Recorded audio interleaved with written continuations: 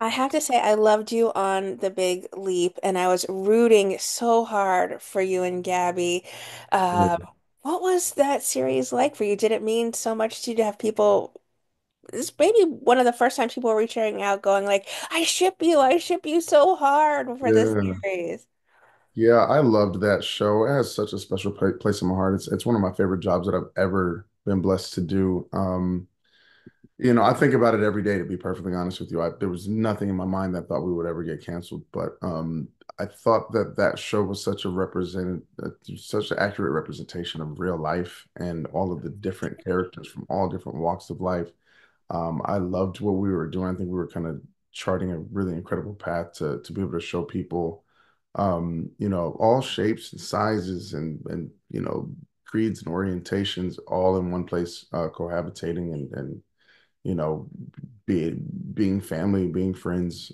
So it hurt my heart that we didn't make it, but we were also one of the first shows to come out of COVID. And so we're navigating very interesting, unprecedented times as well. And trying to navigate what the new standards for viewership are and all of that stuff. If you want to speak on the technical side, but those are some of the most incredible people I ever got a chance to work with. I loved playing characters that are not your average, not your typical. And we had such a special relationship, me and Gabby in the show, played by Yes. someone like Kasner. So that was a really awesome time. I loved it. I was like, if a thick queen can land a football player, there's hope for all of us. Most definitely, it's the heart that matters. There you Mhm. go. What does it mean to you to be in this love triangle with such iconic co-stars? Well, there we go. You know. eh, I'm always shocked at the jobs that I'm blessed to book. I've gotten to work with some incredible people over the years. Dennis Haysbert is in one of my favorite movies of all time, which is Love and Basketball. And then Loretta Devine is in one of my favorite movies of all time, which was Waiting to Exhale. I mean, their resumes are miles long, of course. Being even on the same title card as John C. McGinley and Virginia Madsen, and then some just really incredible like up and coming actors as well. It's just always magical to watch everybody around you flourish and in the moment. And I'm always taking notes, so I take every acting job as an opportunity for me to learn and grow and get better. And they made me better, so it was really cool getting to sit at the feet of giants with them. How was an Evan described to you? Evan wasn't described to me at all. My my agent called me and was like, "Hey, they want to offer you this role in this Hallmark series with Loretta Devine and Dennis Haysbert." And I was like, "Great, let's do it." And I kind of hung up because I was doing another show at the time and I didn't have much time. So I was like, "Okay, I'll read it on the plane headed to Canada." I said yes before I ever looked at the script, looked at a description or anything like that. That was on me. And it was just like right at the table read that I realized what was going on. And Loretta Devine, we were all going around saying hello and which character we play. And I'm like speed reading the script as like we're getting ready for the table read. And Loretta Devine goes, "Now who's playing my handsome young boyfriend?" And I just sat there quietly, and everybody was like, and I was like, "Oh." Oh, okay, me. I hadn't gotten to that part yet. Hilarious. Hilarious. Hilarious. It was absolutely hilarious. Um, but yeah, man. It was awesome. But you know, the joke was on me. It's a constant running joke, that I thought they were gonna play my parents. But yeah. Is Yep. there something then about Evan that challenged you that you were surprised to find along the way? Yeah, well, the Evan character is really cool because I'm sort of stuck in the middle of these two huge personalities that are feuding over my head essentially. And ultimately, I mean, I don't want to give the story away. Um, but the relationship turns out to be very different than what we expected from the beginning. I think that we end up finding that our differences are what make us close ultimately. That's what I'll say. So she, Loretta ends up kind of falling for the same guy twice, just 30 years apart, basically. Well, Hallmark is known for their beautiful scenery when they're filming these shows and these movies. What was it like for you filming Holidays? Canada's beautiful. It's one of the most beautiful places I've ever lived. And we got to shoot on Vancouver Island for Holidays, which is basically like Beverly Hills floating in the middle of an island off of the coast of Vancouver. It was absolutely beautiful. It's, the middle of fall, heading into winter. And so you've got these, rolling mountains and ocean and ginormous trees and just beautiful, lush greenery all around. It's pristine. The air was crisp. So, every day sort of felt like a dream waking up there.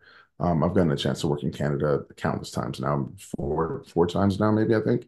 And every single time I get to see a different, side of the beautiful, scenery that they have to offer there. It's always a blessing. Mhm.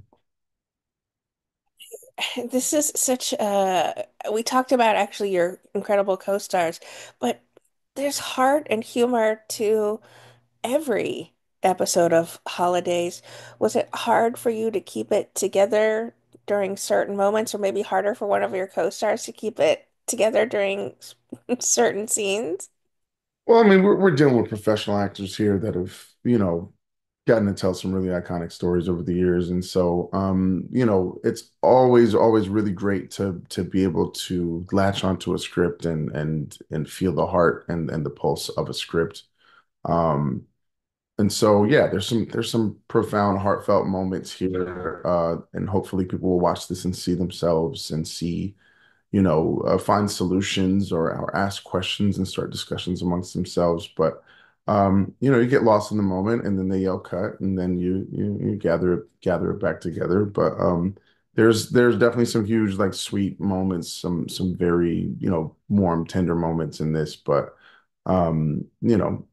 depending on your walk of life and what you've been through, you may or may not shed a tear, and then the next second you'll be laughing. So it's a huge range of emotions in this for sure. Well, then, are you able to tease some of your favorite moments that you're most proud of the work you put into as an actor? Um, Dennis Haysbert is a very young man. He is a young 70-year-old man. He is very youthful and energetic, and so is Loretta. And so getting to ping pong back and forth with the two of them, the comedy in this show really pops. The writers really did a great job of creating wacky scenarios that we could just sort of get lost in and play as kids. And so it was really cool getting a chance to play with Dennis. There's a section where I give him a makeover. We end up becoming friends. I give him a makeover because I'm trying to help hook him up with a lady in the town, this nurse. And so we had this fun little shopping montage where I'm giving him this drastic makeover and making him like cool and hip and young again. So that was a lot of fun.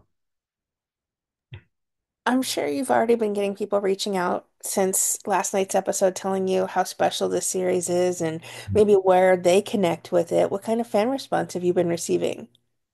People love the show. Hallmark Plus is newer. We're the first series, a scripted series that they were rolling out on the platform. And so we're still spreading the word about Hallmark Plus itself, but the people that have watched it are loving it. There's a lot of people that are reaching out and like, oh my God, this is just like my family. And that's what you want to hear. You want people to see themselves. You want to hold up a mirror to them and say, hey, look, find which one is you here and let's talk, let's laugh and let's think. So the fans have really been loving it. And you know, it's funny, I've done billion-dollar box office movies and nothing ever compares to the response that I get to a Hallmark movie. Everyone, like, all of a sudden I've made it because I'm in a Hallmark movie and I'm like, it's really That's interesting. It's the right. most watched cable network in the world. And my mom is like, you did Hallmark, now you're getting my book. So I'm That's right. really It's like Marvel, DC, Soderbergh, Spielberg, Hallmark. It's like up pretty there every much day. seriously, honestly, the irony there, it's hilarious. I was just going to ask you what it meant to you to be a part of, you've become a staple these days on Hallmark. It must mean a lot to you. Yeah, it does. I think, the world is feeling dark and cold oftentimes. If you read any headline, they become more and more jarring day by day. But I think that it's great that Hallmark does, their duty in inserting joy into the world and warmth and sort of giving us that nostalgic 90s feel of like just goodness at the end of a story. I think we need that. These are movies that I have no issue watching with my son and my family. And Hallmark is a staple of not only the holidays, but I think just of any celebratory moment. Whether you're buying a birthday card for someone to let them know that you love them, or a Christmas ornament to hang on the tree. And so, Hallmark is the epitome of togetherness, of closeness, and of warmth. And so it's just really awesome to be able to sort of lead the charge as they go in this new direction too, and the inclusivity and diversity and stuff that they've committed themselves to has also been an honor to be a part of as well. So I'm really loving my Hallmark family. They treat me great, and I'll do anything for them. And then I have to ask with holidays out, what are your typical holiday traditions? I come from a Caribbean family and American family. My dad is from Haiti, and we have, people in our family from the Dominican Republic, and my mom is American. And so we celebrate Christmas pretty much on Christmas Eve. And then Christmas Day, we just kind of lounge around. I've created some new traditions for myself and from my little family. And I'll randomly surprise them and take them on a trip on Christmas morning, pretty much like every year. That's been my goal for the last like 7 or 8 years. And so that's been a lot of fun, though. And of course, eating great food. You know. What's next for you? Have you been busy working on some other projects, or are you taking a little break with the holidays up here? Yeah, yeah. I'm recurring on The Rookie right now on ABC, so that's been really great. And writing some projects of my own, and I'm on hold for a really, really huge job that I pray to God that I get. Really, really great show um, that surrounds an iconic boxer. That's all I'll say. But yeah, in the meantime, writing my own projects, getting ready for The Rookie to drop in January, and maybe shooting another Hallmark movie soon. We'll see. I think I've got my fingers crossed for all of those things and writing your own projects. I'm looking forward to that as well, to see you in your own feature. Would you star in it or would you direct it? Yes and yes. Yeah, definitely. But the projects that I write are not necessarily vehicles just for me, but I do have a couple projects that feature me in it. But I just want to make good stories that make people feel good and solve problems or ask questions at least. Take people away from their problems for a couple of hours in a day. That's it. You've been a part of a number of iconic projects from Jumanji: The Next Level, American Underdog. There's Fortress, there's Till Death Do Us Part, obviously Will Trent as well. What are some of your favorite projects? Even I know we touched on The Big Leap, but are there some other projects that really hold a special place in your heart? Yeah, you begin to sort of keep time based on the projects that you do. I remember exactly where I was when I shot Footloose and how I felt. I remember where I was when I got the call that I got Jumanji. Every single project holds a really special place in my heart, and so it's hard to talk about favorites and stuff like that. But some of the ones that stick out to me most, of course, my first gig, which I just mentioned, Footloose, that was huge. I have friends that I still talk to this day, 14 years later. Jumanji completely changed my life, and put me in a different echelon of my craft and my profession. And I just got a chance to make really great movies with some really, really passionate people that happen to do it at a really high level. Um, There's a movie called The Last Full Measure that I did where I portrayed like a young Samuel L. Jackson in the Vietnam War in the 1960s, and that was incredible. It's one of my favorite stories that I've ever gotten to be a part of. And then, now in present day, just getting a chance to work with Hallmark. Christmas on Call was a really, really, really great time. That's out right now as well on the Hallmark channel. Christmas on Call was really great because of the amount of trust that Hallmark has given me now to help create content for them and tell stories. And they really just they give me a pretty long leash and let me have fun and freedom. So every story is unique and it's in its own. But those are some of the ones that stand out to me the most. What would you like to say then to everyone who are fans and supporters of the incredible work you do on our screens?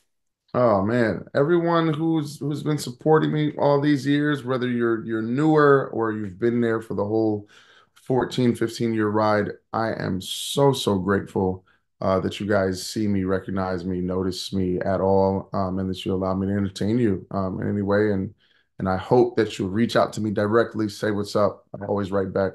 And I hope you guys have incredible holidays.